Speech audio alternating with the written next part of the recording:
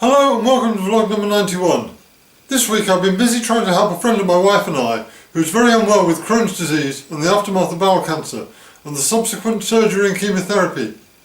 So this vlog is just a rant, I'm afraid, about my frustrations at the laws and attitudes that surround medicinal cannabis. Our friend, I'll call her Jenny, has decided to embark on a course of cannabis oil to treat her condition. I've offered to set up a GoFundMe campaign to try to raise funds for her treatment, which is currently beyond their means. So I set about creating an account and detailing Jenny's story.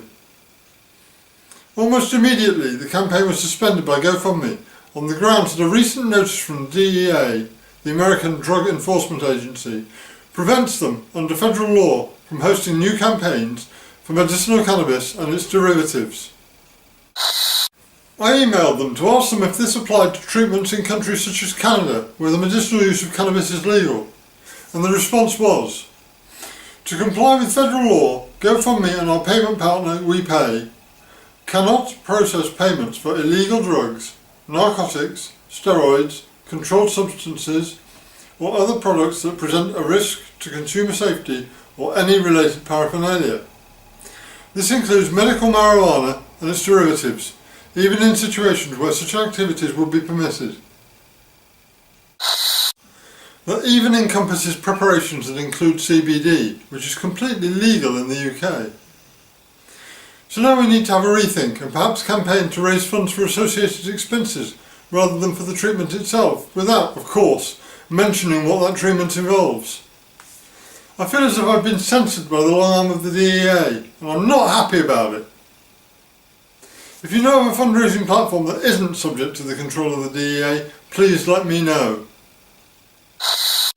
The other thing that's annoyed me this week is Jenny's consultant, or more specifically, the laws in this country that govern, apparently, what her consultant can say to her. According to Jenny, he has in the past told her how bad opioids are and how much he doesn't want to prescribe them for her, whilst of course continuing to prescribe them for her, and asked her if she'd ever considered herbal treatments, without expanding upon what those herbal treatments might be. An educated guess leads me to believe that he was trying to point Jenny in the direction of cannabis, whilst not actually saying the forbidden word.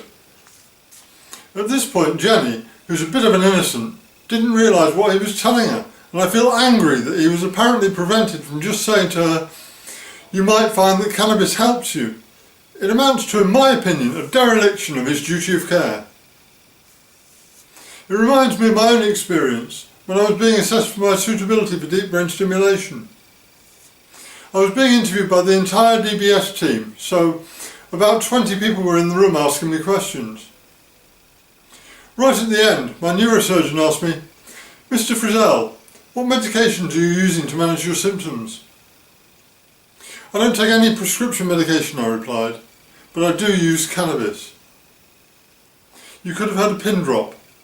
Nobody said a word, but I was confronted with a sea of grinning faces, so they knew that it could help some patients, but were not able to suggest it to me. In the meantime, Jenny has, at my suggestion, been using a potent CBD oil for her anxiety with amazing success, and has been using whole cannabis to manage her pain, again with amazing success. In the 4 or 5 weeks that she has been using cannabis, she has managed to wean herself off tramadol, diazepam, morphine, sleeping tablets and anti-sickness pills, and in the process made a criminal of herself. This is so wrong! Thanks for watching. If you have any questions or have a topic that you'd like me to cover in future vlogs, just leave me a message in the comments and I'll do my best to respond. Have a great week. See you next Friday.